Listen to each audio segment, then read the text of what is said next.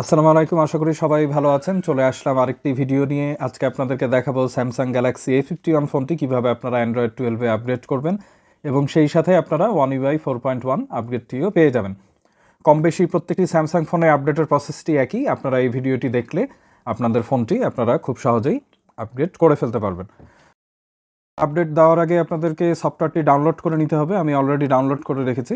আপনার নেট স্পিডের ওপর ডিপেন্ড করে এটি ডাউনলোড হতে কিছুটা সময় লাগবে। তার আগে আপনাদেরকে একটু অ্যান্ড্রয়েড 12-এর ওভারভিউটা দিয়ে দিই। কী ফিচার আপনারা এখানে চেঞ্জ পাবেন। কালার প্যালেটে চেঞ্জ আসছে, প্রাইভেসি নিয়ে গুগল অনেক বড় কিছু আপডেট দিয়েছে, সেটা আপনারা এখানে দেখতে পাচ্ছেন। পারমিশন এবং ক্যামেরা, মাইক্রোফোন, ইন্ডিকেটার্স এগুলো আপনারা পাবেন।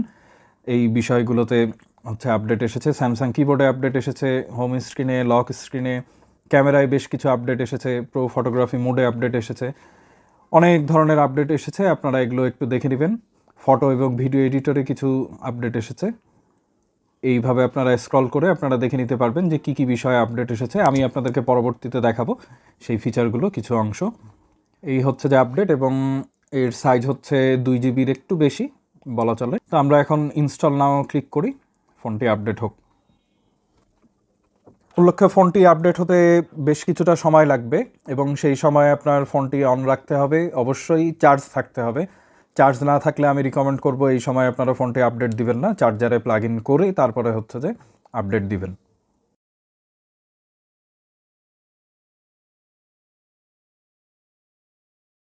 ফোনটি এখন রিস্টার্ট হবে। এখন আপনারা দেখতে পাচ্ছেন যে অ্যাপগুলো অপটিমাইজ হচ্ছে। এই আপডেটটা হতে কিন্তু 10 থেকে 15 মিনিটের বেশি সময় লাগতে পারে। সেই জন্য আপনাদেরকে ধৈর্য ধরে একটু অপেক্ষা করতে হবে।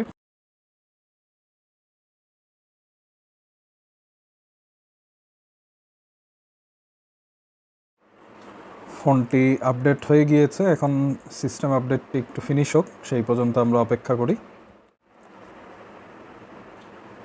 আপডেটটি সম্পন্ন হয়ে গিয়েছে।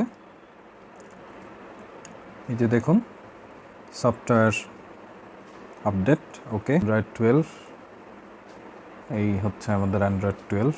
চলে আসলাম অ্যান্ড্রয়েড 12 One UI 4.1-এ। আপনারা নতুন কী ফিচার পাবেন সেগুলো দেখাতে প্রথমে আমি ছোট ছোট কিছু আপডেট আপনাদেরকে দেখাবো। এরপরে আপনাদের প্রয়োজনীয় এবং কাজে লাগতে পারে মেজর আপডেটগুলো দেখাবো। তো প্রথমে যেহেতু স্ক্রিন রেকর্ডিং করে দেখাচ্ছি, স্ক্রিন রেকর্ডিংয়ে আপনারা দেখতে পাচ্ছেন একটি গোল বলের মতো দেখা যাচ্ছে। আমি এখন 3টা আঙ্গুল দিয়ে স্ক্রিনটা টাচ করছি, এই জন্য 3টি ডট আপনারা দেখতে পাচ্ছেন। এটা আগে স্ক্রিন রেকর্ডিং করলে দেখা যেত না, এখন যাচ্ছে। এটা শো ট্যাপ অ্যান্ড টাচেস, এই অপশনটি অন করে দিলে আপনারা পেয়ে যাবেন। এরপরে চলে আসি নোটিফিকেশান প্যানেলে। এখানে আগের মতোই সাদামাটা রয়েছে, দুটি যে বাটনের মতো রয়েছে, ডিভাইস কন্ট্রোল, মিডিয়া আউটপুট, এটার একটু নামটা চেঞ্জ করা হয়েছে। বাকি সব কিছু আগের মতোই রয়েছে। আর সবচেয়ে বড় যে চেঞ্জটা এসেছে এখানে, সেটা হচ্ছে এই যে লাইট বারটাতে। লাইট বারটা আগে যে ব্রাইটনেস কন্ট্রোলের জন্য চিকন ছিল অনেক বেশি, এখন একটু চওড়া করা হয়েছে। তা আমার আগের বারটাই যে বেশি ভালো লাগতো। এরপরে চলে আসি অনেকের পছন্দের বা আগ্রহের একটি জায়গা ছিল ওয়ালপেপার অ্যান্ড কালার প্যালেট নিয়ে। তো আপনারা জানেন স্যামসাং এখন প্রিমিয়াম যত ওয়ালপেপার ছিল সেগুলো ফ্রি করে দিয়েছে। আপনারা এখান থেকে ওয়ালপেপার পছন্দ মতো ডাউনলোড করে ব্যবহার করতে পারবেন। কালার প্যালেটের ব্যাপারে আসি। এই যে আপনারা কালার প্যালেটের অপশন দেখতে পাচ্ছেন, এখানে বাকি অপশনগুলো যদি আমি ক্লিক করি, দেখুন ওপরের যে নোটিফিকেশান প্যানেলের যে আইকনগুলো ছিল সেগুলো চেঞ্জ হচ্ছে। হ্যাঁ, আপনাদের ফোনের ওয়ালপেপারের অনুযায়ী এই কালার প্যালেট যদি আপনারা সিলেক্ট করে দেন তাহলে এটি অটোমেটিক্যালি চেঞ্জ হবে, এবং আপনাদের অ্যাপ আইকনও আপনারা এইভাবে চেঞ্জ করতে পারবেন এই অপশনটি এনেবেল করে দিলে। তো আমি ডিফল্টটাই ইউজ করি, ওটাই থাক।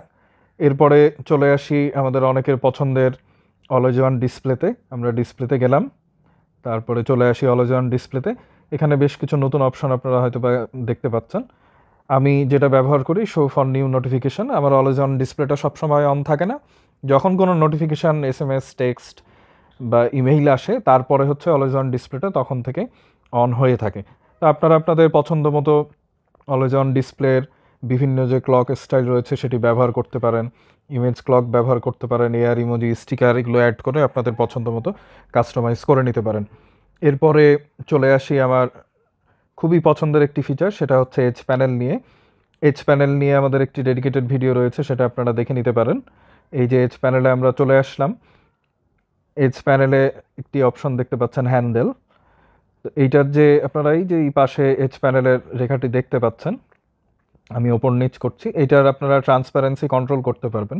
আপনারা যদি লো ট্রান্সপারেন্সি দেন তাহলে এটি অনেক দৃঢ় বা গাঢ়ভাবে বোঝা যাবে, আবার ট্রান্সপারেন্সি কমালে স্ক্রিনের সাথে অনেকটা মিশে থাকবে।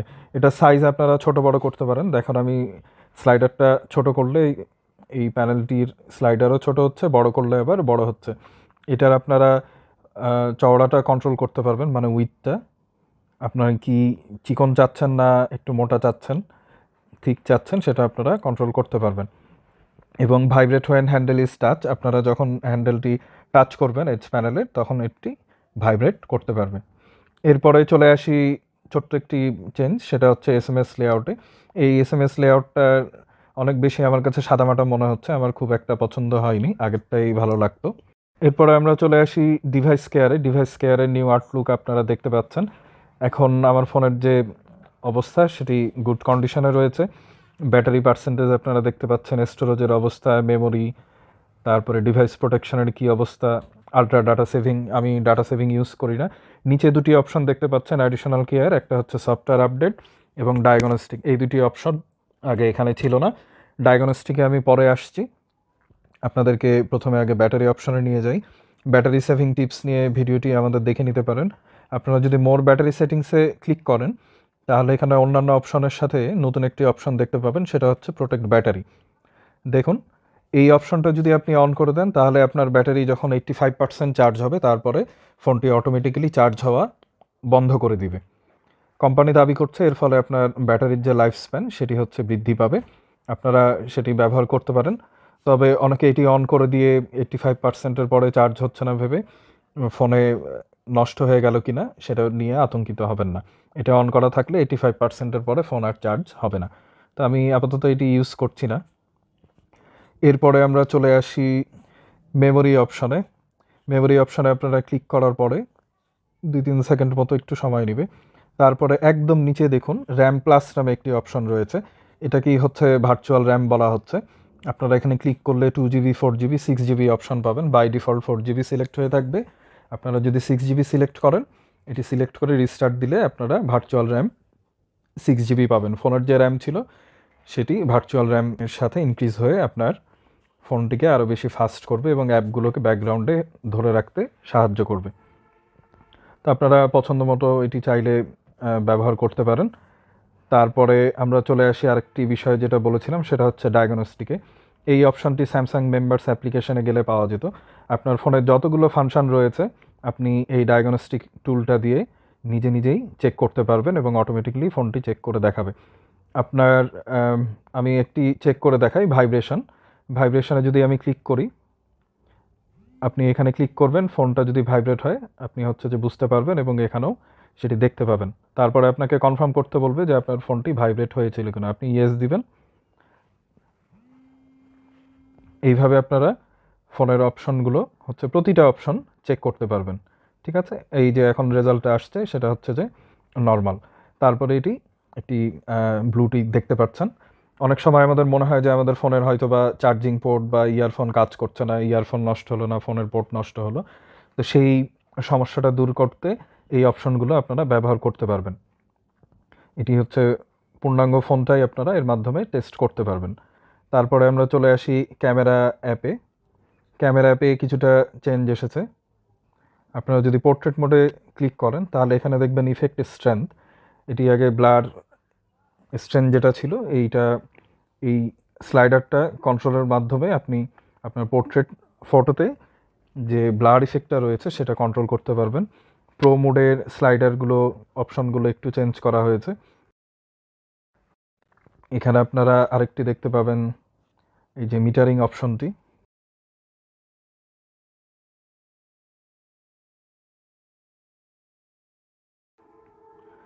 ক্যামেরা অ্যাপ দিয়ে আপনারা যে কোনো ডকুমেন্ট খুব সহজেই স্ক্যান করতে পারবেন। আমি একটি বইয়ের পাতায় স্ক্যান করে দেখাচ্ছি। আমরা একটু উপরে ধরলাম, এই যে ট্যাপ টু স্ক্যান অপশন আপনারা দেখতে পাবেন। তারপরে এই যে দেখুন আমাদের অপশনটি চলে এসেছে। অ্যাঙ্গেলগুলো একটু ঠিক করে দিতে হবে। অ্যাঙ্গেলগুলো আপনার পছন্দ মতো অ্যাডজাস্ট করে নিয়ে সেভ অপশনে। প্রো এডিটর অ্যাপে কিছু চেঞ্জ এসেছে। আপনারা এখন পূর্বের ভার্সনের ফটো এবং নিউ ভার্সন দুটি অপশনই রাখতে পারবেন, ইউজ করলেই বুঝতে পারবেন।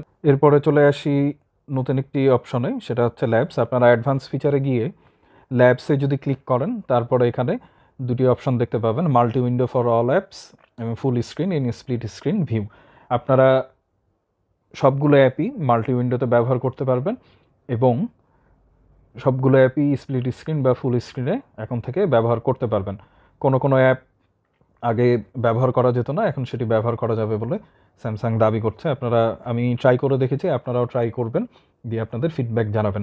সবচেয়ে বড় আপডেট যেটি এসেছে সেটা হচ্ছে যে প্রাইভেসি নিয়ে। আপনারা হয়তো বা খেয়াল করছেন অনেকক্ষণ থেকেই আমার স্ক্রিনের কোনায় একটি গ্রিন ডট দেখা যাচ্ছে এবং স্লাইডের নোটিফিকেশান প্যানেলটা যখন ডাউন করলাম তখন দেখুন এখানে মাইক্রোফোনের অপশনটি দেখা যাচ্ছে। আপনারা সেটিংসে এই প্রাইভেসি অপশনে গেলে এটাকে প্রাইভেসি ড্যাশবোর্ড বলা হচ্ছে। আপনার ক্যামেরা কোন অ্যাপ ব্যবহার করেছে সেটা দেখতে পারবেন, মাইক্রোফোন কোন অ্যাপ ব্যবহার করেছে। 4টি অ্যাপস দেখাচ্ছে এখানে, গুগল ব্যাকগ্রাউন্ডে ইউজ করেছে, মেসেঞ্জার ইউজ হয়েছে, হোয়াটসঅ্যাপে ইউজ হয়েছে এবং ক্যামেরায় ইউজ হয়েছে কোন সময়ে সেটিও দেখাচ্ছে। এবং এইখান থেকে আপনি সবগুলো অ্যাপের পারমিশন ম্যানেজ করতে পারবেন। তো এই প্রাইভেসি নিয়ে অ্যান্ড্রয়েড এখন গুগল অনেক বেশি সচেতন। তো এই আপডেটটি এসেছে। আরেকটি খুবই ভালো আপডেট এসেছে, সেটা আমার কাছে মনে হয়েছে আপনাদের কাছেও কার্যকরী মনে হবে, সেফটি অ্যান্ড এমার্জেন্সি। এটাতে আপনারা ক্লিক করবেন, এখানে আপনার প্রয়োজনীয় যে মেডিকেল ইনফো আপনারা এডিট করে রাখতে পারবেন। আপনার যদি হার্টের কোনো সমস্যা থাকে, কিডনির সমস্যা থাকে, কোনো রোগ থাকে, সেটি আপনারা লিখে রাখলেন। আপনারা কী ওষুধ খাচ্ছেন, আপনার রক্তের গ্রুপ বা এমার্জেন্সি কন্ডিশনে কাঁধে আপনার পরিবারের কার সাথে যোগাযোগ করতে হবে সেটি যদি আপনারা এখানে লিখে রাখেন, কোনো দুর্ঘটনায় পড়লে চিকিৎসক সেটা দেখে আপনাকে সেবা দিতে পারে। এখানে এমার্জেন্সি কন্ট্যাক্ট আপনারা সিলেক্ট করে রাখতে পারবেন। বিপদে পড়লে আপনারা SOS মেসেজ পাঠাতে পারবেন। এটা সেট করে নিতে হবে। আপনারা সাইড কিটা 3 বা 4 টাইমস যদি আপনারা পরপর প্রেস করেন তাহলে আপনার সিলেক্ট করা নাম্বারে অটোমেটিক কল যাবে, ছবি যাবে, রেকর্ডিং চলে যাবে এবং আপনার এমার্জেন্সি লোকেশন সার্ভিসটা অন হয়ে যাবে। এই অপশনগুলো অন হয়ে যাবে। তো এই অপশনটি বর্তমানে আমি মনে করি খুবই কার্যকরী একটি অপশন, আপনারা ব্যবহার করবেন। এরপরে চলে আসি অনেকের পছন্দের একটি অপশন, সেটা হচ্ছে কল রেকর্ডিং। আপনারা অনেকেই জানেন অ্যান্ড্রয়েড 12-এ গুগল প্লে স্টোর থেকে কল রেকর্ডিংয়ের যতগুলো অ্যাপস ছিল সেগুলো ডিলিট করে দিচ্ছে এবং অনেকগুলো অ্যাপস আর কাজ করছে না। ট্রুকলার যে অ্যাপসটি ছিল প্রিমিয়াম ভার্সনে কল রেকর্ডিং করা যেত, তারাও কল রেকর্ডিং ফিচারটি বন্ধ করে দিচ্ছে। তবে আসার কথা হলো কিছু ফোনে ডিফল্ট যে কল রেকর্ডার ছিল সেটি এখনও কার্যকর রয়েছে। স্যামসাংয়ে যে কল রেকর্ডার অপশনটি ছিল সেটি আপনারা কাজে লাগাতে পারবেন এবং এখানে কল রেকর্ডিং হলে যে নোটিফিকেশানটা দিত যে আপনার কলটি রেকর্ড হচ্ছে, এখনও স্যামসাংয়ে এটি কার্যকর হয়নি। আপনারা নিঃশব্দেই কল রেকর্ডিংটি করতে পারবেন। তবে এটা ব্যক্তির উপর নির্ভর করে, আপনারা চাইলে করতে পারবেন আর যদি না চান তাহলে না করলেন। তো এই ছিল অ্যান্ড্রয়েড 12-এর এবং One UI 4.1-এর আমাদের কার্যকরী যে ফিচারগুলো ছিল। কিছু ছোট এবং কিছু বড় কার্যকরী ফিচার নিয়ে আমরা এই ভিডিওতে আলোচনা করেছি। আশা করি আপনাদের সকলের ভালো লেগেছে। ভালো থাকবেন। ধন্যবাদ।